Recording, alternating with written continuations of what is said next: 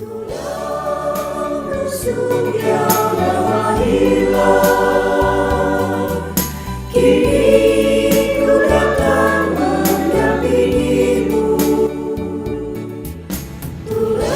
pasal 2 ayat 1 sampai 11. Pada hari ketiga ada perkawinan di Kana yang di Galilea dan ibu Yesus ada di situ. Sama-sama. Ketika mereka kekurangan anggur, ibu Yesus berkata kepadanya, mereka kehabisan anggur.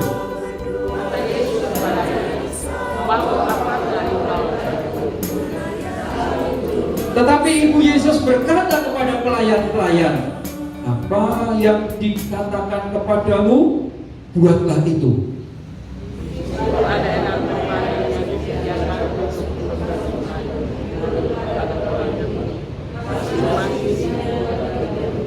Yesus berkata kepada pelayan-pelayan itu, isilah tempayan-tempayan itu penuh dengan air. Dan mereka pun mengisinya sampai penuh. Lalu kata Yesus kepada mereka, sekarang duduklah dan bawa kepada pemimpin pesta. Lalu mereka pun membawanya. Setelah pemimpin pesta itu mengecam air yang telah menjadi anggur itu, dan ia tidak tahu dari mana datangnya, tetapi pelayan-pelayan yang mencedok air itu mengetahuinya, ia memanggil mempelai laki-laki Dan berkata kepadanya, setiap orang menghidangkan anggur dan sudah berpuasa, barulah ia mulai akan tetapi sama-sama. Hal itu dibuat Yesus di Kana yang di Galilea sebagai yang pertama dari tanda-tandanya, dan dengan itu ia telah menyatakan kemuliaannya, dan murid-muridnya percaya kepadanya. Silahkan duduk. Bapak, mama, saudara-saudara yang dikasihi Tuhan, keluarga adalah institusi, organisasi yang pertama dibentuk Tuhan. Tatkala Allah menciptakan Adam dan Hawa di Taman Eden, itulah komunitas institusi pertama. Tapi iblis juga tahu, untuk menghancurkan negara tidak harus memakai senjata, hancurkan keluarga dulu. Itulah sebabnya suami istri Adam dan Hawa terpisah, lalu Hawa dibujuk makan pengetahuan baik dan jahat. Hawa jatuh, menular ke Adam, dan akhirnya generasinya mulai mengenal pembunuhan Kain dan Habil, dan akhirnya generasi dimulai dengan satu keluarga yang diberkati Tuhan, diteruskan dengan keluarga yang dihancurkan iblis, lalu keluarga itu hancur. Tetapi Bapak Mama harus tahu, pada waktu Tuhan Yesus datang pertama kali, menciptakan mukjizat pertama kali di tengah keluarga, seolah-olah ada benang merah, seolah-olah ada kronologi yang diatur, ada korelasinya. Bagaimana Tuhan menciptakan keluarga, iblis menghancurkan keluarga, tapi Yesus Kristus datang pertama kali menciptakan mukjizat di tengah keluarga. Dengan lain kata, saudara, Tuhan memulai keluarga, iblis menghancurkan keluarga, Yesus memulihkan keluarga. Jadi kalau saudara mau melakukan di luar Tuhan Yesus, siap-siap. Itu sebabnya saya memberikan tema keluarga yang diberkati Tuhan Yesus. Syarat pertama keluarga yang diberkati Tuhan Yesus, ayat 2. Yuk kita lihat ayat 2. Syarat pertama, kita baca di proyektor ayat 2. Yesus dan murid-muridnya apa? Diundang juga. Syarat pertama, kalau keluargamu ingin diberkati, undang Yesus. Undang. Tuhan Yesus itu Tuhan yang menghormati keluarga, dan dia tidak akan mau hadir kalau tidak diundang. Pernah pada suatu saat dari Yerusalem ke Emmaus, waktu sudah senja, tetapi pemilik rumah itu mengatakan, singgahlah bersama-sama kami. Diundang. Intinya begini saja, ingin diberkati, ini kayaknya tidak ada yang lebih penting. Yang lebih penting yang pertama adalah hadirkan Kristus dalam keluargamu. Tapi tadi malam saya bilang, banyak orang menghadirkan Kristus itu kayak dokter. Dokter itu dipanggil kalau ada orang sakit. Polisi itu dipanggil kalau ada tindakan-tindakan kriminal atau kejahatan. Tuhan tidak seperti itu. Jangan mengundang Tuhan kalau kurang anggur. Yesus diundang bukan untuk menciptakan air jadi anggur. Bukan. Kebanyakan kita mengundang Yesus kalau anggurnya habis baru Tuhan Yesus diundang. Di sini ayat ini dikatakan Yesus dan murid-muridnya diundang juga ke pesta perkawinan. Ya, hadirkan Tuhan Yesus bukan pada waktu kamu punya masalah, bukan pada waktu anakmu sakit, bukan pada waktu kamu krisis ekonomi, bukan pada waktu harmonisasi keluarga retak. Itu sudah biasa. Hadirkan Kristus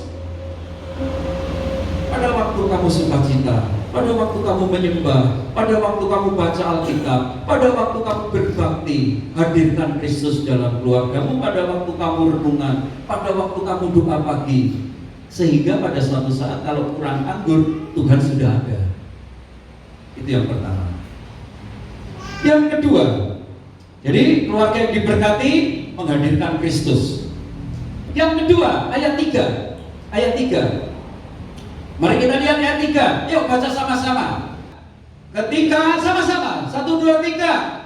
Ketika mereka kekurangan anggur, Ibu Yesus berkata kepadanya, mereka kehabisan anggur. Ayat 4. Kata Yesus kepadanya, mau apakah engkau daripadaku, Ibu, saatku belum tiba? Ayat 5. Tapi Ibu Yesus berkata kepada pelayan-pelayan, apa yang dikatakan kepadamu? Nah, Bapak-bapak, kalau saudara membaca ayat 3, 4, 5, itu ada percakapan. Maria datang kepada Tuhan Yesus bilang, mereka kekurangan anggur, anggurnya habis. Lalu Maria ngomong ke Tuhan Yesus, Ibu, saatku belum tiba. Lalu Maria ngomong ke pelayan-pelayan, apa yang dikatakan, jalankan, lakukan, jangan protes, jangan tanya. Dia ngomong apa saja, lakukan. Ini namanya komunikasi. Maria ngomong ke Yesus, Yesus ngomong ke Maria, Maria ngomong ke pelayan, lalu nanti Yesus mau ngomong ke pelayan. Ini namanya komunikasi. Keluarga yang diberkati, 1, hadirkan Kristus. 2, kembangkan komunikasi. Komunikasi yang harus diakui, zaman milenial sekarang ini semua orang pandai berkomunikasi. Saya kira zaman sekarang tidak ada orang yang tidak punya Facebook, tidak punya WA, tidak punya Instagram. Hampir semua orang berkomunikasi, tapi tunggu, komunikasinya dengan dunia maya yang jauh. Orang yang ada di dekatnya justru mati komunikasi. Ya, semoga. Tadi malam saya foto, saya video, saya crop kecil-kecil, habis itu saya kirimkan sebagai komunikasi. Lalu Novi tiba-tiba balas, terima kasih Bapak. Ya, itu komunikasi. Ya, saya tidak tahu, saya orang keberapa yang kirim foto? Orang keberapa? Orang pertama. Sebenarnya itu bukan tujuan saya. Yang di situ ada filosofi. Kalau kamu ingin berkomunikasi, berbuatlah menjadi orang pertama yang berkomunikasi. Jangan nunggu. Nunggu nanti miskomunikasi, salah komunikasi. Oke, dalam teknik komunikasi ada 4 cara komunikasi yang baik. Yang pertama, komunikasi itu melibatkan empati. Komunikasi itu melibatkan empati, bukan begini, menurut saya, pikiran saya, dugaan saya, itu bukan komunikasi. Coba komunikasi itu memikirkan dia. Memikirkan dia. Syarat pertama komunikasi itu membutuhkan empati, memikirkan dia seperti yang dia pikirkan. Lalu yang kedua, komunikasi terbuka, jujur, transparan, tidak ada niat-niat buruk. Yang ketiga, komunikasi itu waktu yang tepat. Kapan waktu yang tepat untuk ngomong, ya? Kapan ya? Bagaimana cara ngomong? Etiket timur itu begini, ya, benar baik-baik. Etiket timur itu bukan apa yang dikatakan, tapi bagaimana cara mengatakan. Ya, bukan apa mau ngomong apa, tapi bagaimana cara ngomong. Itu komunikasi.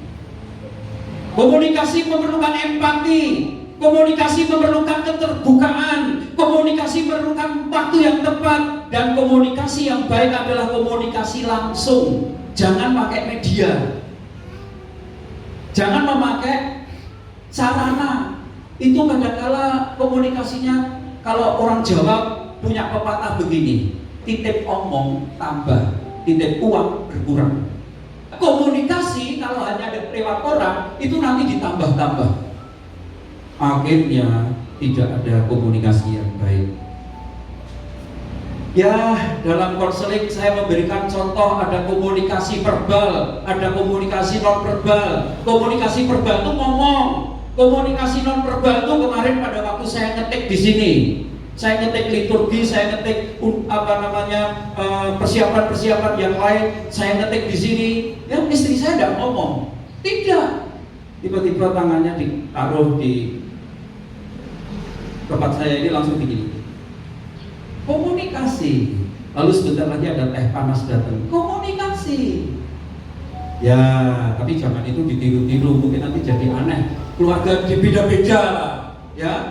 Nanti tiba-tiba bikin teh yang dia tidak suka teh, mungkin jadi janggal, ya. Tapi saya kira semua tahu cara komunikasi yang baik itu lama-lama tahu.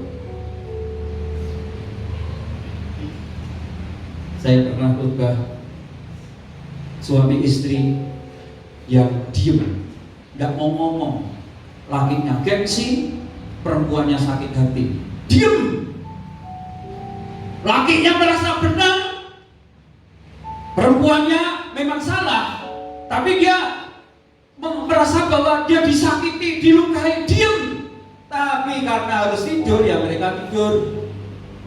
Tapi lakinya ini terkenal tidak bisa bangun pagi. Besok harus ke kantor jam 5, berangkat jam 5. Ngomong malu, tidak ngomong, butuh, diem, salah, mau bicara gengsi, ambil kertas, tulis, tolong bangunkan aku jam 5. Lihat istrinya tidur, kertasnya ditaruh di sampingnya. Ini komunikasi yang gengsi. Istrinya bangun jam 6, baca surat, tolong bangunkan aku jam 5. Balik tulis, maaf aku bangun jam 6. Saudara tahu arti komunikasi ini? Ini namanya komunikasi gengsi. Akhirnya kacau semua. Suami istri tidak perlu gengsi lah, gak usah. Keluarga yang bahagia, hadirkan Kristus. Keluarga yang bahagia ada komunikasi, percakapan. Maria, Yesus, Yesus, Maria, Yesus, pelayan, semua ada komunikasi. Ya sayang, hari begini banyak alat-alat komunikasi, tapi justru kadang-kala komunikasi antar keluarga kurang. Yang ketiga, mari kita lihat ayat 6. Ayat 6, baca ayat 6. 1, 2, 3. Di situ ada 6 tempayan yang disediakan untuk pembasuhan menurut adat orang Yahudi. Masing-masing isinya 2-3 buyung. Saudara, setelah komunikasi, Tuhan Yesus perintah, ayat 5, perintahnya apa Tuhan Yesus? Yuk. Tetapi Ibu Yesus berkata, apa yang dikatakan kepadamu, buatlah itu. Maria bilang, nanti dia ngomong apa saja kamu nurut. Lalu di situ ada apa tadi? Ayat 6 tadi ada apa? Ada 6 tempayan. Apa hubungannya? Apa hubungannya? Kan kita butuh anggur. Kita butuh anggur. Tapi tunggu, Tuhan itu tidak menciptakan mujizat air dari langit, tiba-tiba masuk ke tempayan, tiba-tiba jadi anggur. Tidak. Hadirkan dia, kembangkan komunikasi, dan yang ketiga, manfaatkan potensi. Potensinya apa? Ada tempayan. Ya, tempayan cukup. Potensinya tempayan, tempayannya ada berapa? Tempayannya ada berapa? Hah? Di situ ada berapa? 6 tempayan. Terus ayat 7. Yuk, ayat 7 baca. 1, 2, 3. Yesus berkata kepada pelayan-pelayan itu, isilah tempayan-tempayan itu penuh dengan air. Air itu potensi. Tempayan itu potensi. Pelayan itu potensi. Kita butuhnya air jadi anggur. Ya toh? Dalam pernikahan kurang anggur. Tuhan, saya butuhnya anggur. Anggur. Tapi Tuhan Yesus tidak menciptakan anggur. Tuhan Yesus bilang, tempayan pakai, pelayan pakai, isi air. Artinya apa? Gunakan potensi yang ada. Gunakan potensi yang ada. Kadang-kala hidup ini kita hanya menuntut mujizat, tapi kita tidak memanfaatkan potensi. Tahun 2007, saya tidak pernah menduga, sangat-sangat tidak terduga. Saya bukan orang hebat, tidak. Ada penerbit datang, Pak Pendeta, khotbah-khotbahnya, bahan-bahan seminar, lalu bahan-bahan makalah PA dikumpulkan, nanti kami terbitkan. Oke, saya edit sebentar. Lalu tiba-tiba tahun 2007, Gloria berapa yang ada di Yogyakarta mengambil itu, lalu diterbitkan. Sampai buku yang pertama, Doa Itu Indah, Doa Itu Mudah, itu terbit 4 kali. Lalu karena laris, Bapak nulis lagi. Waduh, saya tidak ada sempat nulis, khotbahnya ditulis. Lalu setelah khotbah itu saya edit sebentar, saya kirimkan. Judulnya buku yang kedua, Khotbah Itu Indah, Khotbah Itu Mudah. Lalu tahun 2007, 28 Februari 2007, pada waktu itu saya ditelepon, Pak Pendeta, ada royalti. Ya, iya, Bapak ada royalti. Oh, ternyata Tuhan mengizinkan potensi. Sekali lagi, saya bukan orang hebat, tapi saya mengerti. Oh, saya bisa edit, saya bisa menulis, saya bisa mengajar. Potensi ini mungkin tidak pernah saya gunakan. Lalu akhirnya saya buat dan menghasilkan. Saya tidak bermaksud pamer, tapi saya memberi contoh, karena khotbah itu bukan teori, khotbah itu praktek. Pada waktu saya datang ke Kupang, orang tidak kenal saya. Lalu istri saya bilang, Pak, tulis buku lagi. Saya hanya ditemani laptop, tidak punya TV, tapi saya beli modem. Tidak ada jaringan internet, saya beli modem. Lalu dari situ saya ngetik. Saya minggu tidak pernah khotbah karena orang tidak kenal saya, tapi saya siap. Kayak besok minggu khotbah, tulis. Tiba-tiba direktur Malam Hidup, Bapak, saya dengar Bapak penulis tuh. Iya, tulis lagi Pak. Oh, sudah siap. Oke. Lalu akhirnya buku saya yang ketiga, Kesulitan Hidup Itu Indah. 20 khotbah ekspositori mengatasi kesulitan hidup. Tunggu, ini bukan pamer. Tapi saya mau memberitahu, keluarga yang diberkati Tuhan bukan menunggu anggur tercurah, bukan menunggu air dari langit, tapi gunakan potensi. potensi. Gunakan potensi, gunakan potensi. Kebanyakan orang nunggu gaji, nunggu mujizat, nunggu berkat, tapi tempayan dibiarkan kosong. Tuhan Yesus bilang, isilah tempayan dengan air. Potensi tempayan, potensi air, potensi pelayan digunakan. Jangan hanya mengandalkan berkat, gaji, atau penghasilan, tapi coba pikirkan potensi saya apa. Keluarga yang diberkati, 1, menghadirkan Kristus. 2, mengembangkan komunikasi. 3, memanfaatkan potensi. Yang keempat, ayat ke-8. Ayat ke-8. Mari kita baca bersama-sama. 1, 2, 3. Lalu kata Yesus kepada mereka, sekarang cedoklah dan bawalah kepada pemimpin pesta itu. Lalu mereka pun membawanya. Ayat 9. Setelah pemimpin pesta itu mengecap air yang telah menjadi, saya mau tanya, kapan air jadi anggur? Kapan air jadi anggur? Tuhan Yesus bilang, isilah tempayan dengan air. Lalu tiba-tiba Tuhan Yesus bilang, ayat 8 tadi bilang apa? Sekarang cedolah dan bawalah kepada pemimpin pesta. Kapan? Kapan air jadi anggur? Ini penafsirannya banyak, tapi paling tidak saya hanya menjawab 1. Tak kala saudara taat, tak kala saudara beriman, yang dikatakan itu terjadi, itulah air jadi anggur. Pada waktu itu taat, beriman, lalu air yang sudah jadi anggur ini dibagikan. 10 orang kusta. Tuhan Yesus berkata, pergi, perlihatkanlah dirimu kepada imam. Kapan sembuh? Di tengah jalan. Tak kala dia iman, tak kala dia taat, mujizat itu terjadi. Maksud saya begini, kalau keluargamu pengen diberkati, 1, hadirkan Tuhan dalam hidupmu. 2, mari kita kalau ada masalah dikomunikasikan. 3, manfaatkan potensi yang ada padamu. 4, taatilah firman Tuhan dan berimanlah. Taati. Taat.